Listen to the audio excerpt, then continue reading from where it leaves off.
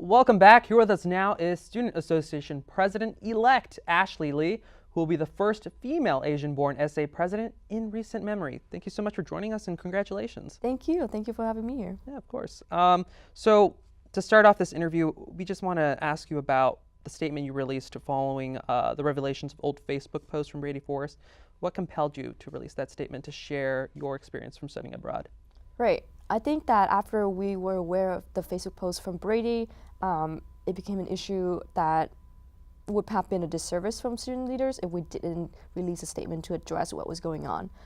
For me, it was more of a personal experience because I did study abroad in Jerusalem. And the reason why I decided to study abroad in Israel last year was because of the Senate meeting on May 1st, where Palestinian students group and Israeli students group congregated in Funger 103. And we had about a 6 hours long Senate meetings when students came up and spoke about their experience with the issue and how it was an important issue for a lot of students community here on campus. I remember deciding to go to study abroad in Jerusalem because I want to be a student leader who experienced students' life to the fullest. And if this is an issue that caused pain and suffering and just a lot of confusion on campus and division on campus, I want to be able to be there in person, learn about it in person, witness how life there is like in person, and not just learn about it from a different person or a different group. So I remember when I saw those posts from Brady on Facebook that night, a lot of the things that I learned from in Israel kind of start coming back to me. I remember seeing how Palestinians and Israelis and Jewish and Arabs were learning together in an institution despite our political differences. And it was in that country, it was where things were happening. And yet everyone were able to just live together and learn together. And I knew for a fact that it is possible. So coming back here and seeing a post online that's so blatantly about anti-Semitism itself, I don't think it was right. I think that was an example of using our identity to denounce another identity. And for me, I think it went way beyond just politics. It's also about human beings and about who we are. So I think I released a statement because it was the right thing to do, because I want the student community to know that I went to Jerusalem because I care about what happened here.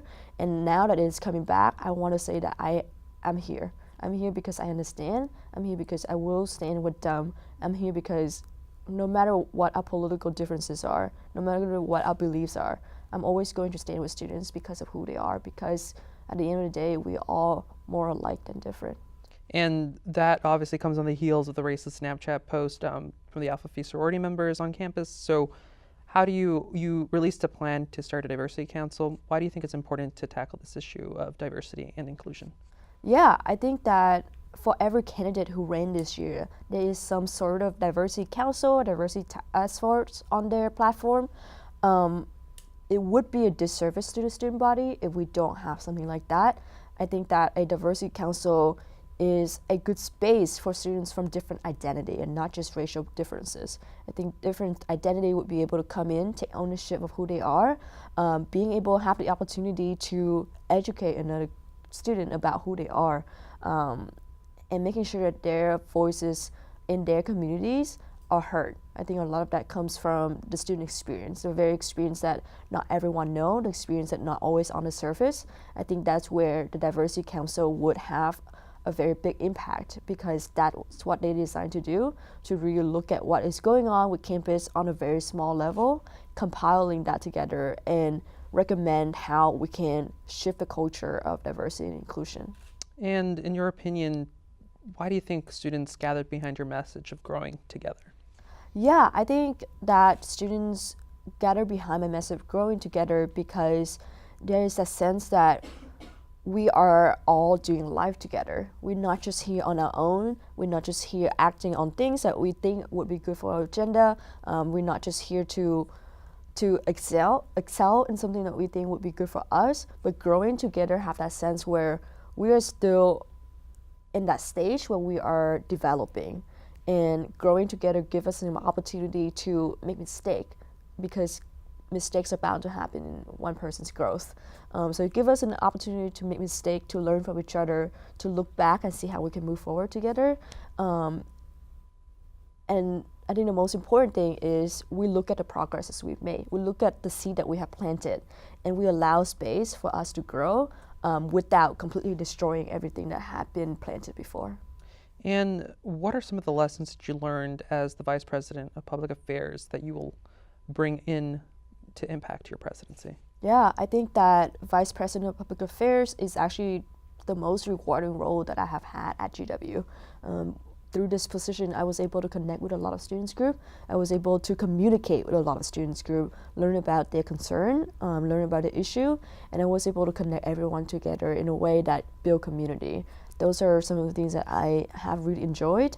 I think one specific example would be how in the very beginning of this year, when in the aftermath of Hurricane Harvey, we led the GW response to raise funds for students who were impacted by Hurricane Harvey.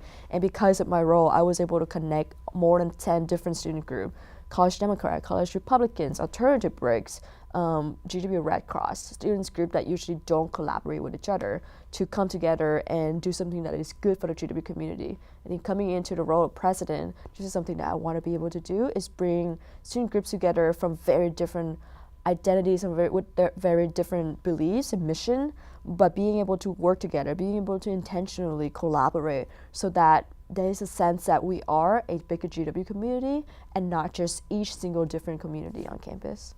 And what compelled you to put on your platform to have a first class for incoming first-year students? Right, I think that when I first came to GW in 2015 as a freshman, I came from Southern California, which is completely different from the East Coast. Before that, I came from Vietnam. So I think when I came to GW, I didn't have a good preparation in the first couple weeks. I had a very different approach or vision of what GW would be like, of how I would get connected into community. And I lived in Mitchell at the point, so I was also not having any roommates, not really having a community.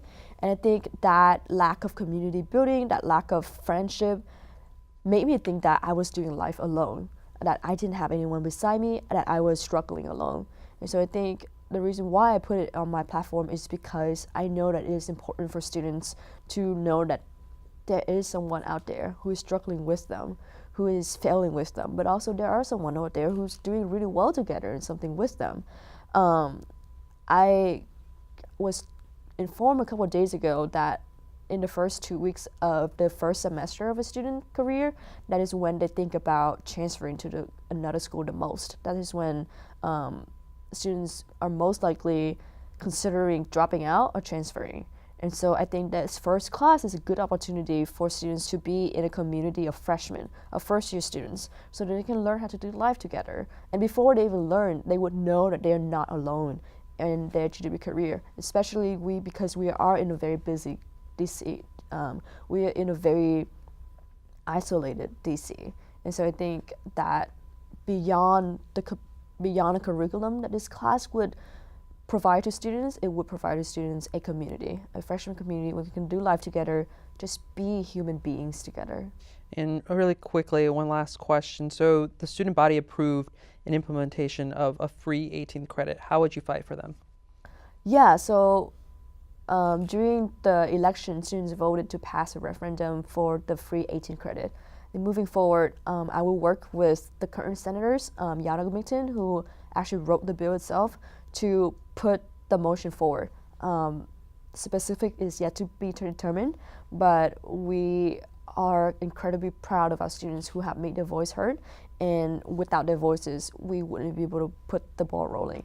So I look forward to work with current senators, future senators, as well as the current administration to begin the effort starting this year. All right, thank you. I'm going to have to leave it there. Thank you so much for joining us, Ashley. Of course, thank you for having me. All right, and we'll be back with more GWeek right after this.